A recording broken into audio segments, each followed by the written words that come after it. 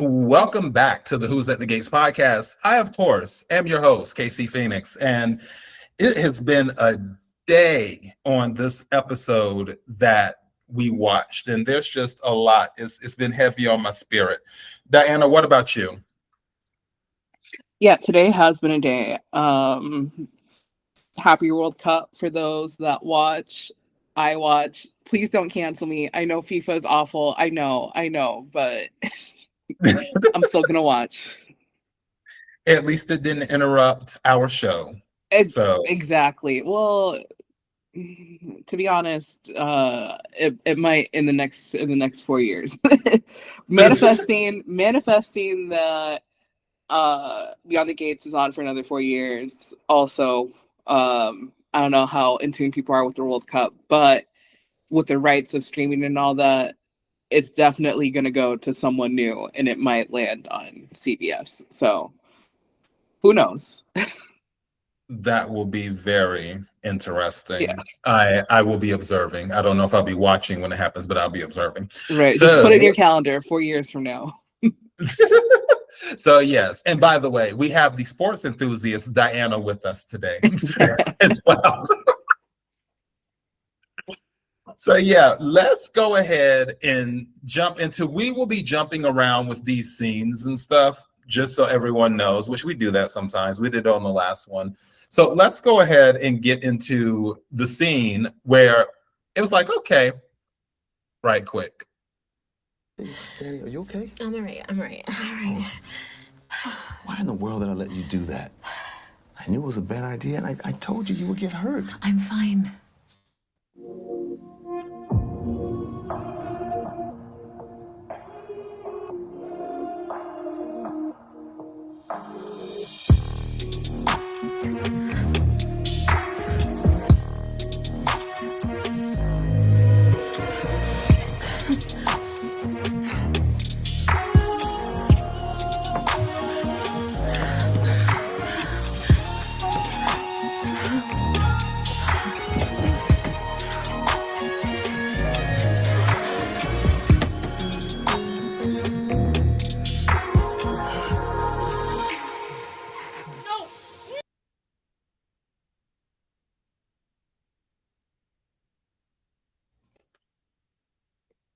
You know, I want to say it, but I feel like I can't deliver it. So I'm just going to go ahead and just play this right quick.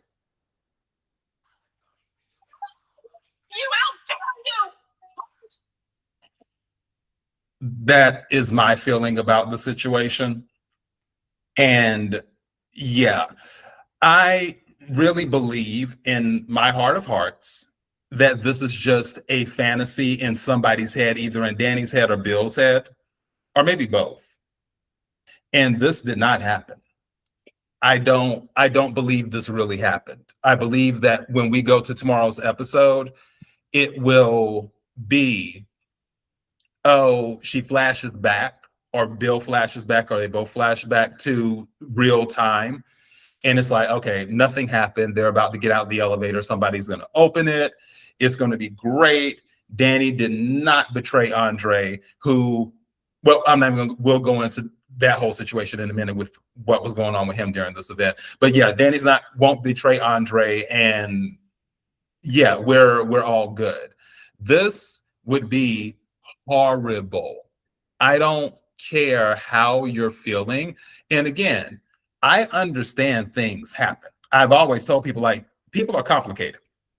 So things happen, and I get that. It's just for this particular couple and who this individual is, it doesn't set well with my spirit. So hopefully this is all a bad dream.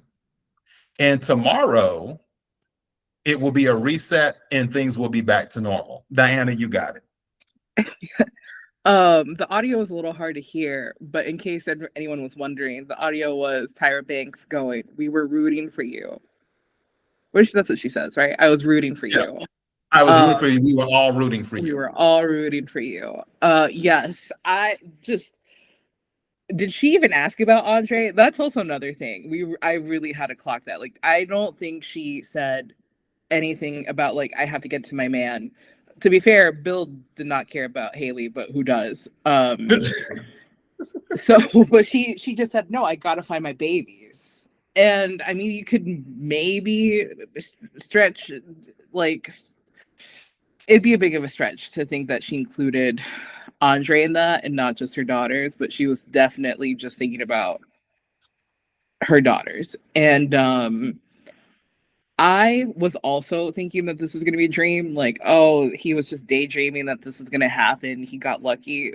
But I don't know if anyone else caught this. I think her hand moved towards the buttons of the elevator and basically touched every single one. So I think the spoiler for tomorrow, or not the spoiler, but the thing that we're going to find out tomorrow is what floor are the doors going to open on and who's going to be on the other side. Yeah, I'm still thinking this is a dream. This is Like, a reality. Yeah, it's like this is some type of fantasy or whatever. I don't think this is real. I really don't. So, and we're about to find, because it would be a nice way, because this is towards the end of the episode, and it would be a nice way to make people think, oh, this happened, and then tomorrow's like, nope, didn't happen. Type thing, because I could see them doing that. We will see. We will see. What I do know is that it's going to be some ish if this is real, because yeah, I'm not doing it. I am not doing it. Let's see. I'm doing this going a little bit backwards here. Dun, dun, dun.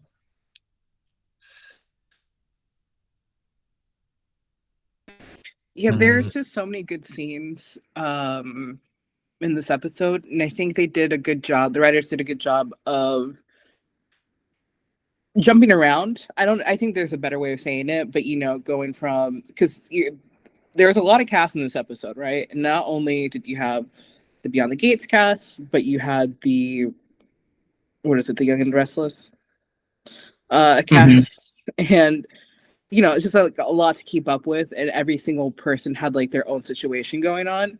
So I think it was pretty well balanced, right? Like, it didn't focus too much on one character, but then it was also chaotic enough to, to switch from like one scene to another to another. Like, I think the pace was good for what the content was, which was, everyone chaos, everyone just not knowing really what happened, not knowing what to do.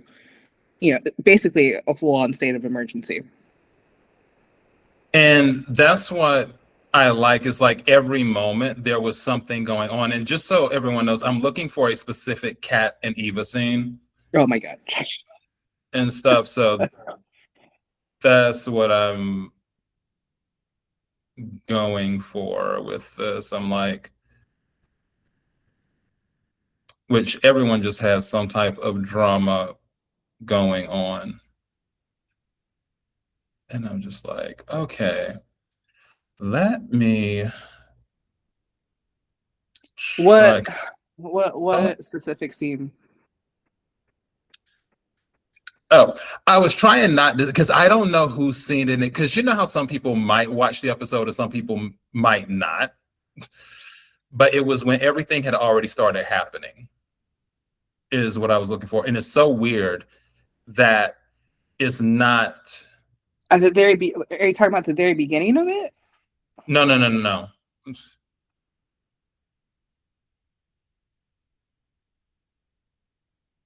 That's what's weird. I'm just like, I am so annoyed, because I had seen. See, it's moments like this. I'm just like, I want something, and it just doesn't appear in front of me.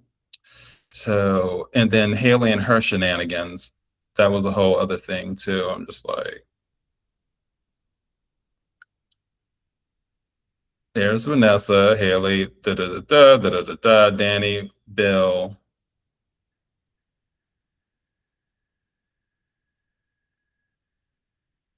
And then Jacob doing his thing. Okay, here we go. And then Leslie, okay, go a little bit more. Let's see.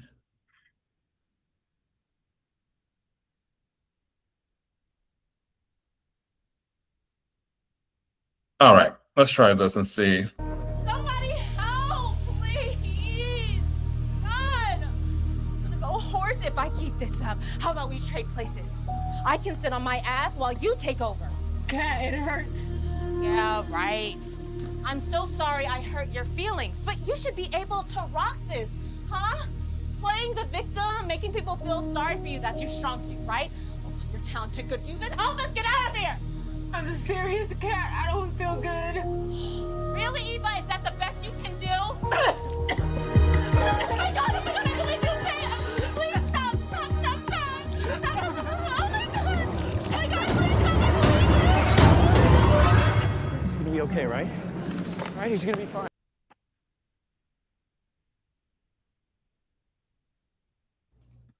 All I have to say, Diana,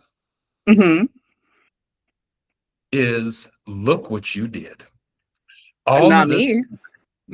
wishing bad on Eva all this time. And then this happens. This is all your fault, Diana. You know, let's set the record straight here. It took you about 5 minutes just to even find this scene. So clearly you didn't even care enough to put you know, write down your little timestamp to be like, oh, this is where it's at. You know, let's just start there.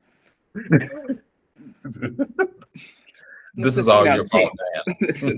Eva is sick because of you. And then right before the scene, Leslie just gets a look on her face. She goes, I can't help but think I caused this. Like, I'm getting what's coming to me. So I don't know how you also skipped over that. So I'm not sure if you even watched this episode. I don't know if you listened. I was here. You know, it took me longer than usual to watch this episode because I kept on like rewinding, making sure I didn't miss anything, you know, making sure I like, you know, heard the dialogue correctly. So I don't know why you skipped over that part of Leslie also, you know, just realizing, yeah, you know what, this might be karma. But Anita was like, God doesn't work that way. Tornadoes don't work that way. Does she know? But Anita Diana works that way. Diana definitely works that way. I mean, Anita's great. I don't think she's God, though. I don't know if she can make those choices. So that's all I'm saying, you know. Yeah, this is for all what got me about the scene and like a lot of the Kat and Eva scenes is that I don't understand why Eva wasn't like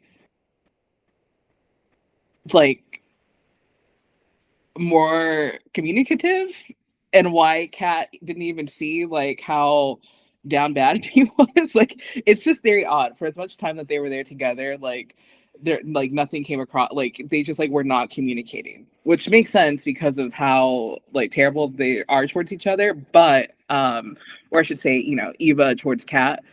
There you go, wishing bad on Eva again. See, this is how she got in this situation with that type of energy. I mean, my thing is like, did Kat say anything wrong about being a victim? And like, you know, not doing anything when it counts. You know, it's like this. There is always truth in what Kat says for the most part. Not always, but I probably say like 95% of the time, there is truth in what Kat says. My thing is that it wasn't necessarily a thing of being communicative. It's more of Eva was just sick. And she was saying that at the beginning, like how some people, when they get sick, they don't say too much. And she was just looking bad. But what's driving me crazy is I don't know what's in that room that is so poisonous, or that would have been in whatever fell down from the air that's coming out that's so poisonous, where it affected Kat, but it didn't affect Eva. Or was this something more internal, where when she fell, it knocked something out of place internally, and caused internal bleeding or something like that is the only thing I can think of. But for something in the room, why is it affecting Eva and not Kat? And I'm not Yeah. wishing bad on Kat. I'm not like you, Diana. I'm not wishing bad on Kat. I didn't I'm wish just bad on saying. Eva. I'm just saying things. I'm just saying things happen. I didn't say it. Leslie said it. I'm just saying things happen. I wonder if it was that Kat knocked her into the wall or something. Because you're right. Like, it's not like anything fell on her. It's not like she fell over something. So I'm wondering if Kat, her 90-pound self knocked Eva hard enough into the wall or something to cause a situation, but that also seems very unlikely. So I'm just, what do you think this is fake blood? Is that what you're also saying? Because I wouldn't like disagree with you. Eva being dramatic for the sake of So it. you're not putting it past Eva to fake this incident, is what you're saying? Well, I don't know. I'm just saying we're just trying to figure out what happened here. And I mean, I just think it's so funny that, like, Eva's last words were essentially like, well, heads or tails, do you want to go outside or do you want me to have dad to myself? Like, all snotty, and look at you, girl. Not even Well, 2 minutes later. Well, this is the thing. She actually brought them into, because she told Kat that she brought them into the room because she thought she was helping, which really, if there is a tornado, technically you are supposed to be in a windowless room and stuff. It's like they usually say, go to your bathroom or what have you. When the tornado comes, get in the bathtub, that type of stuff. So Eva was actually trying to look out for Kat. And I'll give her credit for that. Now, how the thing came loose and then fell down and all this other stuff happened, it's like, okay, what hurt who? Because I'm not getting it that Kat is totally fine and Eva isn't. That's what's really throwing me off here. But I guess we'll find out because Izaiah did show up. Her man showed up, not Kat's man. Her man showed up. And yeah, and Tomas, he was, I guess, helping other people, if we want to call it that. He was clearing pathways. Don't make me defend Tomas. Don't make me do that. Don't make me. He was there for the greater good, as far as I'm concerned. He was there helping her brother. A person that Kat loves dearly. Well, while he was doing that, Izaiah was looking for his woman. That was the first thing that came to Isaiah's mind while he was there. And that was the woman he came to the event with. Isaiah's like, I got to find my woman. Tomas is letting people order him around instead of being like, you know what, I want to help, but there are other people here. Please send that to them. I have to go find Kat. We didn't get that energy from Tomas. Yeah, I mean, Izaiah is very selfish. We've established that he really only thinks about himself, right? The conflicts with his family, that we've seen him acting like a child, him letting his mom just be disrespected. Like, yeah, I mean, I think this is par for the course for him to just like run off on his own and think he's doing something. But the mac and cheese is fine. Always hating on true love. Always hating on true love. I don't think this is gonna be true love, but you could be delusional if you want. Let's see. You know what? Fine. When he finds out that she hid a murder and he sticks by her, okay, fine. We'll see. Oh, he's not gonna care about that. He's friends with Joey. That's true. So basically, everyone's just trash. No, they're pragmatic. There's a difference. All right, let's go ahead and any ones that stuck out for you when you were watching and rewatching and wishing bad on Eva? Again, it was Leslie who said it herself, not me. There is one scene, obviously the Anastasia scene that is on my mind. Okay, it's way after that. I know that. I'm just like looking around just in case there's any specific ones that you had wanted to cover. Because I have a few too, but it's like, Yeah. If you just do a still on Nicole, I have a few comments to make.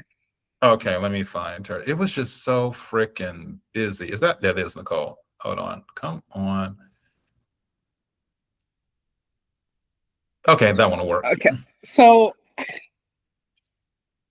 but I think right before the scene, or maybe like a few minutes before, Anita's like, there are medical professionals. There are several medical professionals in this building. There's Ted, there's Shanice, there's Nicole. And I'm like, Nicole, I respect Nicole as a therapist. Would I want her as my therapist? No. Because homegirl's just like looking at her watch and being like, when can I have a drink with Vanessa? But did she go to school for it? Did she put in the work in the clinical hours? I'm sure. Yeah. I'm not going to deny that. However, I don't understand in what mental health or health emergency capacity like she could be helpful here. Because the second, the camera pans to her, she's like hyperventilating, which is so funny because I think I like sent out a tweet that was like, what is she gonna do? Tell people to breathe? And then cuts to Nicole and she's like, and I'm like, okay, wait, no, we need to tell you to breathe. Like, listen, I my thing is, if she were anyone else, I would completely understand, right? I just thought it was just so funny that they're like, oh, Nicole's here. The the health professional, and she is like freaking out. And I don't blame her for it. I would be freaking out too. But it's just like, it's very clear. I'm like, okay, so you're not good under pressure. Got it. So like, let's count you out of the list. Like, we have Shanice and we have Ted. Like, do not rely on Nicole, and that's fine. But we just need to know that, in like, because we're in an emergency here. The shade of it all. You said we have Shanice and we have Ted, and you just totally forgot about a nurse named Ashley. Okay, well, what did she do? I mean, okay, listen, I know you say I hate on Leslie. Okay, you know what? That's a good segue. We're going to show exactly what Ashley did. Let's see. No, I was going to be complimentary towards you. So if you want to ruin that. Oh, and Jacob. Let's get it still Jacob. Oh, yeah. I think low-key, I think we should play the actual scene with Jacob. Because that whole thing was a hot mess. Okay, there we go. Okay, there we go. All right. So she helped Anita, even though, and I can go back to that part with, as a matter of fact, I'll go back to that part with Leslie, because Leslie did Anita's part, but we'll do this part with Ashley. Leslie actually did a pretty good job, but I'm sure they can use you in there, in the restaurant. Shonda, who's on Martin's team, she set up a temporary triage in there. Mrs. Belclair, now's not the time Naomi, she's probably in shock. Miss Belclair? Anastasia, I can get you taken care of. Why don't you come with me, okay? Greta, you okay? Yeah, for this particular part, I would have went ahead, and if I was Ashley, I would have just sat back and let God work. Why are you interrupting or trying to interrupt God's plans? That's not your job. Oh, so, now God has a plan. She took absolutely, absolutely. Because Eva's one of God's children. Anastasia's not. And Ashley should have just sat back and let God work, is what she should have done. And she took an oath. She took an oath. She can't do that. I mean, can you really? She told the truth. She asked Ashley very important questions before this. We can't let her. We can't just let Ashley her go. Took an oath. An oath for what? Who took an oath? Actually, what is it? Hippocratic oath? I think that's what it's called. Nurses take an oath. I was there for my cousin's ceremony when she. Did your cousin steal pills too? She doesn't, but I do see her on TikTok sometimes. Like I think she does TikToks while she's working. So I don't know. Because the oath went out the window as soon as Ashley stole those pills. So we But like, well, it was for to help someone, and it all goes back. She did her duty to help someone not did die. he really need help if we're thinking about it? I mean, he did stay stabbed out of the hospital for days. So I think he was tough enough to just make it through it without the pills. Was it a thing of where he needed the pills, or was it Ashley being a narcissist again and making it about her and feeling like she had to try to save everybody, but really it was more about her ego? You're making me defend the worst people with logic, and I just hate it. We don't know what he got stabbed with. Like, he needed antibiotics. Did he really need antibiotics? He needs treatment in case there's an infection. That's how it works. They didn't know anybody that could get antibiotics without Ashley having to steal and break her Hippocratic oath. Not in this country. I'm sure there's more to it, no harm. I'm sure there's something about honesty in there as well. So yeah, but no, I'm joking. It's kind of like with this whole Ashley and Anastasia thing, I really would have given the side eye to her and just been like, well, I'm just letting her sit with her thoughts. We don't have to do anything. And I would have kept it. No one go to KC for medical emergencies. Just, you don't know what you're going to get. Well, if you insult me and my mother, you don't want to come to me for a medical emergency, because I won't care then if something happens to you. That's just me. Like, okay, I don't really care. I'm very good at not caring. So yeah, but definitely, like, Ashley is there. I think she was helping with something else too and stuff, but I thought it was kind of good when it came to that.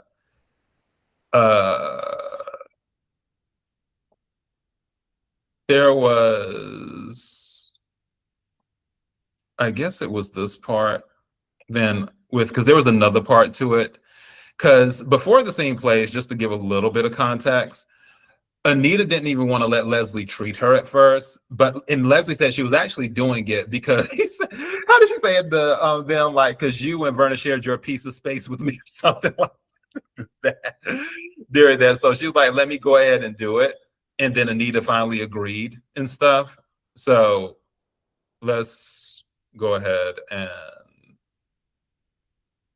get to that. Thank you, Leslie. Done like a pro. Oh, I guess I could be, huh? As many times as I had to help Eva in her sprained ankle when she was on those ice skates. Or climbing something steep when she was a child. I mean, who could afford all those emergency room visits? So I had to learn how to do it myself. Did you see how beautiful my baby looked tonight? I mean, she was all dressed fancy with her new fella. It was her first fancy date. Where is she? Where's Eva? Oh, I'm sure she's on the arm of her new beau right now. And that's why she didn't even think to reach out and try to find me and let me know that she's okay. Hey. Hey. Hey, I see you.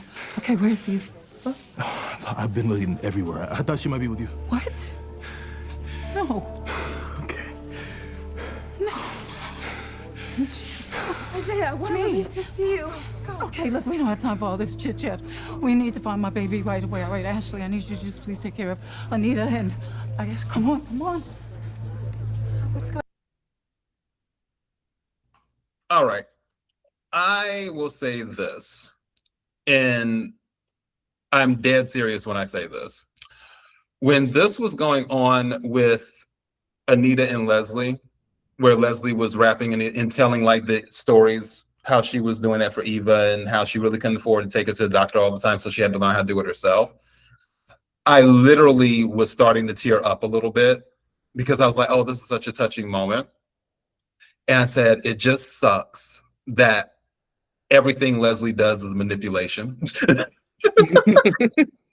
And even when I want to feel something and it's making me tear up, I know that it goes back to Leslie being a narcissist. And I was like, damn, even in a tender moment, you can't trust this heifer. So, but yeah, what do you, and also notice how Izaiah showed up and he said, I've been looking everywhere for her. FYI. But you got it, Diana. Go ahead. Yeah, I mean, that's the thing, right? Is that you have a man that's very selfish and not looking out for the greater good, but that's fine. It's so funny too, because I actually trusted her, I guess, or not maybe not trusted her, but I just took her more as she's nervous, right? Because she still can't find, she's just like, she's nervous and she's like trying to calm her mind. Like, I didn't really think any like ill will towards this, or like not being able to trust her. I honestly thought she was just being honest and just being like, just talking, right? To take her mind off of it. So maybe I'm too naive. That. I believe it, but it still leads back to her being a narcissist. Everything Leslie says leads back to Leslie. And she's concerned about Eva. She was thinking about those moments. I'm sure she enjoyed them. But make no mistake, in the back of Leslie's mind, as she's talking to Anita, Leslie is calculating, okay, this moment will probably bring me a little bit closer to Anita. So let me go ahead and bring this up and talk to Anita about it. And this is one of those moments I can use to slowly worm my way into Anita's heart and get sympathy. That's just who Leslie is. And I love her for it. I respect her for it because that's just who she is. Yeah, I mean, I think she was more looking for comfort than anything else, right? Someone to, because she really has no one. Which brings me to this point, because you're the one that started this. This is why I am such a cat defender. It's because no one is looking out for her. She has to fight for herself, because that also brings me to Nicole. I don't think Nicole was not as worried about Kat as like she was worried about everyone else. And even when Shanice asked, I think it was Shanice, she asked Nicole like where Ted was or something, and she's like, well, he's looking for Eva and our other children, which was just like, why Eva? What? I can't remember if Shanice that said that or Nicole that said that, and I was just like, damn, Kat, like, these are your biggest ops. These people gaslight you. They tell you, no, it's okay, forgive your sister for sleeping with your man. They tell you to get back with that man too. I just want to take Kat out of the situation and just like, maybe she couldn't go to UCLA. Maybe she gets her master's and she realizes how toxic her family is, and she grows and she becomes like the best version of her she can be. Well, for Nicole, and for those who are watching instead of listening, I did not intentionally land on this particular picture. Like, I just saw Nicole's face and I'm like, okay, let me just stop here. And then all of this cleavage is in front of us. That was not my intention. Just to make it clear. But yeah, the thing about Nicole and Kat, and I would almost say everybody in Kat, but especially Nicole and Kat, is that Nicole knows how capable Kat is. And Kat being so independent, people who are independent, it can be a blessing and a curse. Because when people look at independent people who usually are doing it by themselves, they automatically assume more times than not that that person is all right. There's a song by an AI singer, Zanaya Monet, that I like, and it's the strong, what is it? The strong never get a break. And she was explaining how people who are looked at as strong, everyone always thinks they're fine. And no one really truly checks on them, but because that person is always checking on everyone else and doing that. I believe that is the situation with Kat and her family, where everyone's like, oh, Kat's fine. Kat's capable. Kat can handle it. Kat can do it. So on and so forth. That's just the energy. Now, whether that is right or wrong, that can be debated. But I do believe that's why she's treated the way she is, too. I So, think you're right. I mean, I think there's a sense of like, yeah, she could take care of herself, and even like, I have to focus on myself. Nicole's out here juggling men. There's not really time to do anything. And then Ted, I don't know if he remembers he's a dad to anyone but Eva. So it's just tough out here, oh goodness. All right. Yeah, you know what? I will say with Vanessa and Joey, love them or hate them, they were helpful in this episode. Like they were really checking on people. And Joey was one thing about Joey, regardless of his background, he does always come across as a gentleman when he interacts with people, unless he doesn't like them, like that dinner. But for the most part, when Joey interacts, like when he interacted with the Abbotts, he was just very, he didn't give the impression of a mobster or a crime boss like that. Yeah, it was more like you said what? I was like, I don't think there was time to give mobster like, hey, so we're in an emergency, but let me know if I could do you a favor anytime. Yeah, it was just like he was very, presentable and distinguished. And I'm like, okay, but the way him and Vanessa were going around doing what they could to help, looking for people, all of that stuff, good on them.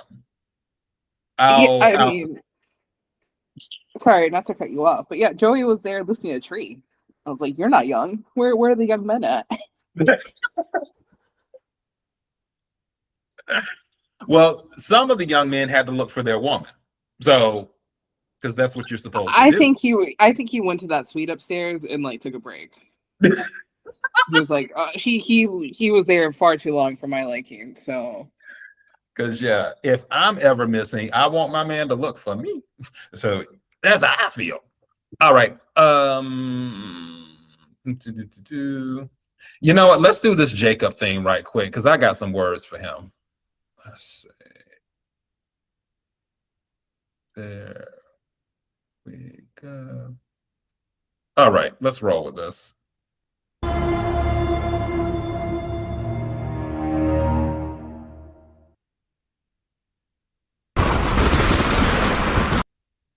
Okay, nothing to do with that.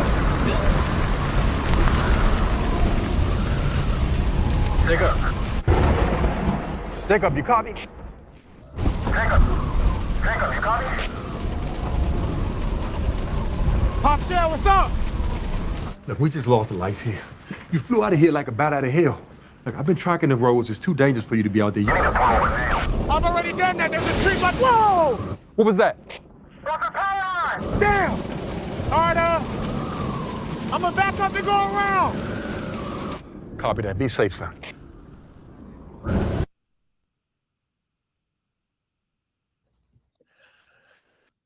Diana, I'm going to go ahead and let you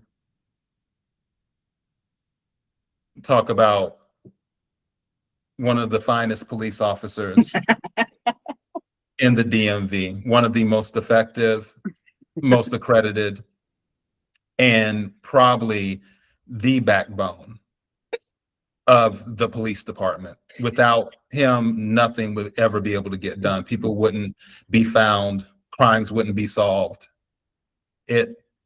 I feel only you can give him the recognition that he deserves. How did you know what I wanted to say? Like, how did you know that this was going to be like a Jacob appreciation grant? We were in sync. This is the most useless man of the week. I think that's what we should have. The most useless man of the week, most useless couple. Jacob will probably win every week if we're being honest here.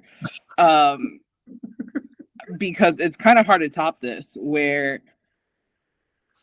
what is he doing? He can't even drive a car, and it is just so infuriating. He should have just stayed his ass at the station, waited for the real hero to come in and help everyone.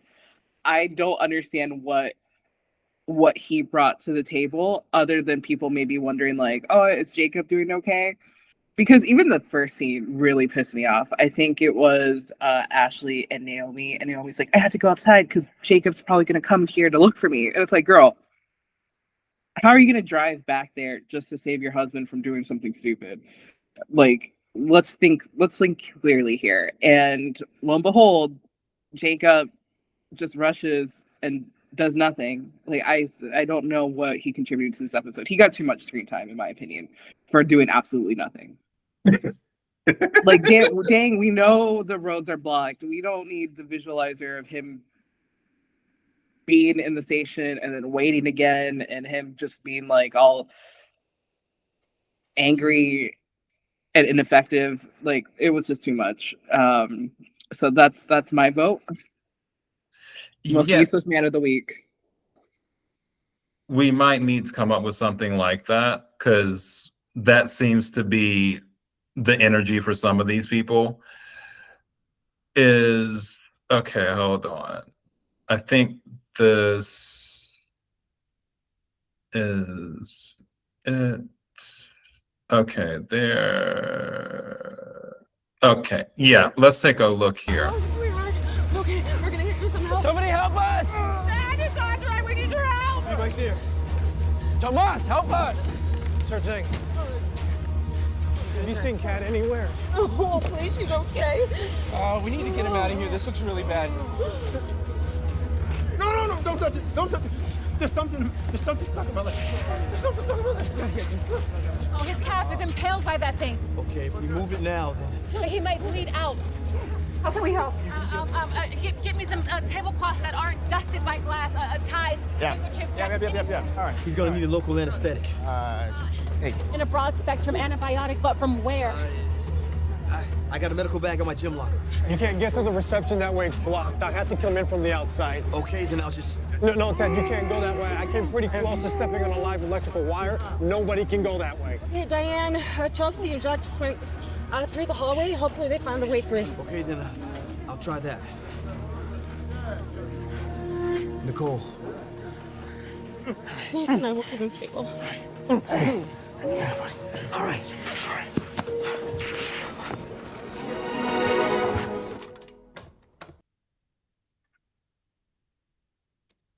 This is why I can't have this thing with Dani and Bill be true, because it would really suck if this man took something through his calf during this whole incident where he will have trouble walking and need to be go through rehabilitation, and his wife was in the elevator messing around with her ex-husband. That doesn't work for me, because that would be what I call effed up. That's how I'm looking at this. And your thoughts, Diana? Yeah, when it was Andre underneath, I was like, not him, not you, because he's gonna be done dirty, and he doesn't deserve that. Here's the thing. Like I said, Andre, before he met Dani or before he got together with her, like, was he a player? Sure. But this is one thing I do think about Andre, is that when he commits, he commits. I think he is an honest person, and I don't think he would be a cheater, but there goes Dani and Bill disappointing everyone again and again and again.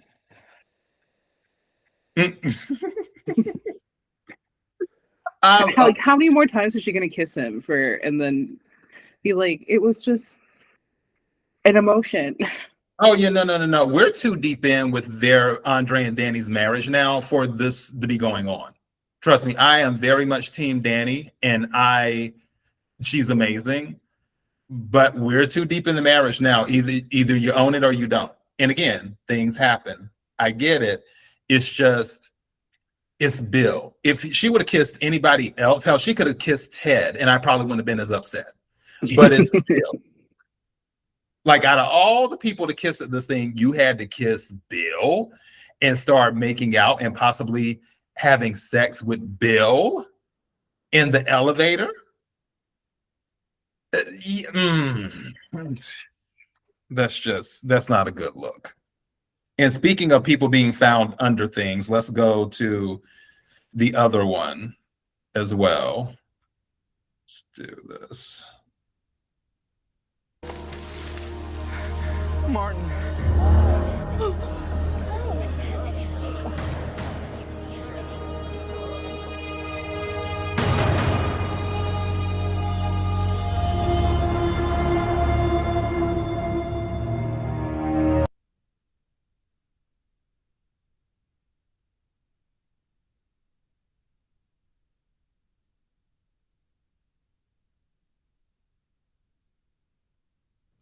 So we have people found under things. First, it was Andre and then Martin. With Martin, I expected. That was the one I expected that, oh, something's going to happen to him. Andre was the one that threw me off. As soon as it happened to Andre, I was like, no. We need to go ahead and get a prayer circle going and start doing that. As a matter of fact, Diana, we might need to get that going with the Gators and pick a time. Either we can do it in the morning or at night and just have a little prayer circle and do some prayer for about 15 minutes every night for Andre and do that. But with Martin, I'm like, okay, well, I kind of saw this coming. He'll be fine. I don't see them taking him off the show. Like, he's unconscious right now, but I believe he'll be fine. And please, for the love of God, writers, don't give him amnesia. Please do not give him amnesia. That is so typical. We don't need that. So yeah, what about you, Diana? Yeah, I mean, I think he just needs some smelling salts and he'll be good. For the most part, he might need some rehabilitation too, or whatever, because there was a tree on top of him, or at least a branch on top of him. I mean, how's this going to look for his campaign? Oh, that's what I'm glad you said that. That's what, as this was happening and they were taking the branch or the whatever off of him, I was thinking, I'm like, oh my God, this is campaign gold. His points are going to go through the roof. So I was literally thinking that because I think politics too as well. So I'm glad you brought that up. Yeah, this will be amazing. This will definitely help his numbers, especially with Vernon doing everything he did to help coordinate and resolve issues and stuff. I think Vernon will be smart enough to spin this, or hopefully Shonda will be smart enough to spin this, where it's like the Duprees save Fairmont Crest by taking charge after a horrible accident, so on and so forth.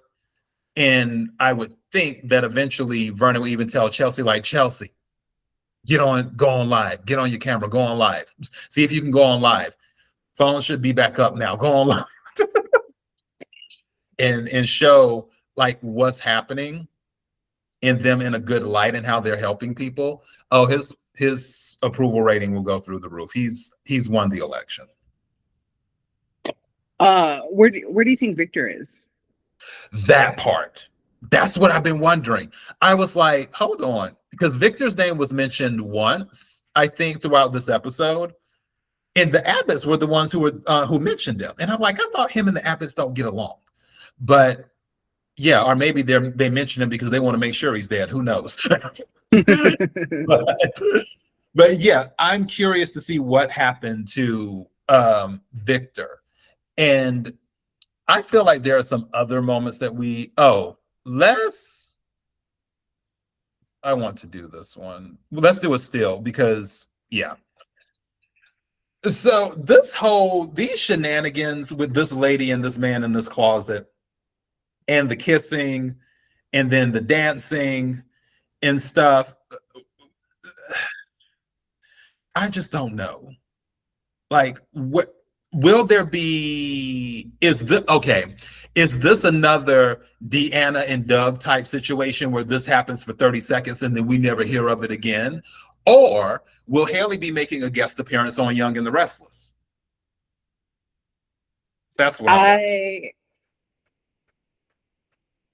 I thought it was, I mean, I think this was the only part that I found odd where she's like, we're going to play some music. And even her apologizing for not being upfront about being married, it was just so weird and so unlike her, I think. The music part, like her. The whole, like, well, I'm actually married. Also, just very weird for me. I just kind of wonder if they just didn't know what to do with them for so long, right? Because they're trapped here without them full on getting it on. You know, like a kiss can only last so long in a closet when you're feeling it. So I wonder if that's why they're like, let's put a stop to it. But how do we put a stop to it? I don't know what was going on here. This is the only part where I'm like, eh. Oh, and the Dani and Bill. I don't know. It was just a weird pairing in for one, and yeah, it just seemed almost forced. Now that I think about it some more, I think it would have been a lot funnier if Izaiah was stuck with Haley. Oh yeah, that would have been hilarious because he just would have been like, "Why am I in here with this heifer?" So I think for me with the writers, and this is just what I would have done if I was writing it, meaning helping with this whole storyline and everything, I would have leaned into love at first sight. I'm like, it's either we're not going anywhere with this, or we're going for it. Like we're just leaning into it. And I have not watched the Young and the Restless episode in a minute. So I don't know what his love interest is on Young and the Restless, or if he's even dating anyone, which he probably is. But regardless, I would have leaned into love at first sight, went with that, and started with them kissing, but then them having substantive conversations about their love lives, what they've sort of been through, or things of that nature. Something where they can build a stronger connection, and that will be sort of in the middle. And then towards the end, it would be them kissing again and making out even more in the closet. And then once it's getting really serious, that's when a fireman knocks on the door then and like, hey, is anyone in there? And then that's when they're interrupted. And I would have done it that way, and then set it up for Haley to at least go on Young and the Restless temporarily. And then he breaks up with her because he figures out who she is in a way. And then she comes back to Beyond, or not that she leaves Beyond the Gates, but you know what I mean. And then maybe from that level, somehow this information gets back to Bill that Haley was sort of getting to know somebody on the sly, because I do feel that Haley could sneak around and Bill wouldn't know the difference. I mean, she's poisoning him like within 2 feet of him. He won't. So yeah, that's something, like if I was a writer, that's something I would have leaned towards and went that direction, because I don't like either go for it or leave it alone. That's sort of where I'm at. I don't like the whole playful thing. It's more of, or do a one night stand and call it a day, but due to the current circumstances, it can't be a one night stand. So that's why I would lean more towards love at first sight, even if that love at first sight is temporary and then they realize it was infatuation or lust at first sight. However it plays out. But yeah, quite a few interesting situations. I think I will go ahead and go to the closeout, because when this was happening, which we saw it happening, I was just like, oh my goodness. How? But yeah, let's go ahead and do that here right quick. What a nightmare. There, but for the grace of God. If that had been Kyle or Victor. No, don't even say that out loud. I'm gonna go see if there's any word on Kyle or my dad. Please wake up. It's gonna be okay. Someone give me some water. Good luck finding your son. Thank you, my friend. Good luck to you.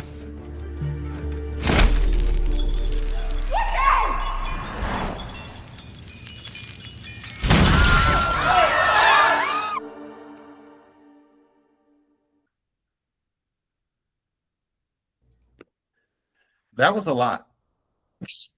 They ended it with a bang. Yeah, like that was a lot. And oh, so Victor is her father. See, it's been so long since I watched this. And that's the thing. Just like side note before we go into this whole scene. This is the thing that really brought me to Beyond the Gates when it first started. And I may or may not have mentioned this. I wanted to be on the ground floor of a soap opera. And I wasn't sure if Beyond the Gates would be good or not. I was just like, I haven't watched soap operas in years. And I want to give this a chance. I want to be on the ground floor because there are those like my mother for certain soap operas where she started at the beginning. There are still people out here that are alive that they started from the beginning with Young and the Restless. So they know and probably forgot some of it because again, Victor, the guy who's been playing Victor, has been doing so since 1980. That's 46 years. So Young and the Restless has been on minimum at least 46. I have to look it up to see how long it's been on. For some reason, I'm thinking 78, 79 maybe. Could be wrong. I feel like it might have been on before Victor came into the picture, possibly. I have to look that up. But we know that it's a minimum of 46 years of episode after episode after episode with so many things that have happened. And the people who watched it at the beginning have seen every piece of it. That was one of the reasons, like I said, I wanted to do Beyond the Gates, because it's like, okay, at the beginning, I can say, I know from episode 0 what the deal is. I know these characters. I've been dealing with them for years, and that's what other people can say. Like, oh yeah, I know these characters. I've been watching these characters for 46 years and stuff. And it's for some people, and this is the thing too when it comes to life. People find, and look, I'm on one of my tangents right now, one of my Buddhist moments. People find joy in different things. Life is very much subjective. And what is important to someone may not be important to the other one. Like my brother, for instance. My brother does not care about soap operas. That is not his thing. My brother doesn't even do social media. He hates Facebook. He hates all that stuff. But for me, this particular show means a lot to me because I think it's important, especially with how the show came about, with them deciding like, no, we are specifically looking to do a cast that is mostly Black, is what they were looking for, to bring back a Black-led cast for a soap opera that hasn't been done in a long time. I think the last soap opera like that was a soap opera called Generations. And I forgot how long it lasted. I want to say maybe 5 years or so, give or take. I have to look that up too. How long has Young and the Restless been on, and how long did Generations last? So that's the homework, Diana, for us. But for this ending, the way that chandelier just fell and then they just cut, I'm like, oh wow. They're like, you will be watching on Friday. We will make you watch this episode, the next episode on Friday. So that's where we're at. What about you, Diana? Yeah, I think they really stepped it up. Oh wait, okay, hold on. It was to feature. Oh, I was thinking of Passions. Okay, sorry. I was like, The Serial is the first daytime television soap opera to feature a primarily African American cast since Generations, 1989 to 1991, and the first new daytime soap to debut on a major American broadcast network since Passions in 1999. So yeah, this is a big deal. And I like that they're bringing it. I mean, I can't help but compare like these episodes and the Cotillion to Winterfest, right? So Winterfest, like, I'm sorry, writers, or it was a lot of buildup. Winterfest, and we got like half an episode about it, and like that was it. And it felt like I got stood up. It felt like my date just left me, and like just he didn't pick me up. So these episodes, yeah, like I think they're really good. I think they're really bringing the drama. I think this is what I imagined the soap to be like, because again, for all the listeners here, I'm there. I've never seen a soap opera, at least not in English. That's, dramatic, or, people coming back from the dead, or, people coming back after leaving and all this. So like, this is what I expect a soap opera to be. Just very full of drama, things that might not make sense, but it doesn't matter because it's good television. And, we want to keep on watching. That we do, and that we will. So on that note, let me stop sharing here. This has been a very nice roller coaster ride, but I feel like something is off a little bit in the sense of I don't feel this is the major drama. I feel like there is an event that is coming this year that will be similar to the anniversary from hell. I don't necessarily know what it is per se, but I do feel like something is coming. I was sort of hoping for that with this event, and don't get me wrong, they gave us a lot in this event because this has been a 3-day event similar to the anniversary from hell, but it wasn't the fallout and the ripple effects or whatever you want to call it wasn't at the level it isn't at the level it was compared to the anniversary from hell. And I think they will give us another anniversary from hell type of event this year, but this one isn't it. I don't think this is it. I think something else is coming down the pipeline. Well, I mean, it has to. I mean, I think what number episode is this? This is like 100-ish. Like we're 10. Hold on, let me look. 106. Right, and so 106. If we're just, I'm assuming, right, the season 2 is going to have the same amount of episodes as season 1, so it has about 200. That means we're at the midway mark, and there's still a lot to go down. Like, I mean, like when we were talking about the episode, I think on Monday, we were debating like, okay, is Vanessa going to get kidnapped, right? Because you have that whole storyline. You technically have Haley killing Bill. Correct. That's another storyline, Haley getting exposed. Like, there's still a lot of plot to happen. I think this is a good midway point, and I'm hoping like the next reveals are going to be as dramatic and as significant. Definitely. Okay, cool. Well, Gators, it's been real. We jumped around and did those, or should I say jumped around and did those plays and stuff. We will continue to experiment with certain things. We're just looking to find what works best for our workflow as we do this podcast, and also for all of you, and if you ever have any suggestions, by all means, please put them in the comments, because feedback is a gift and we're always open to it. Yeah, I think that's all I have. With Friday's episode, we're looking forward to covering it. Diana, did you have anything before we close out? Everyone watch the World Cup.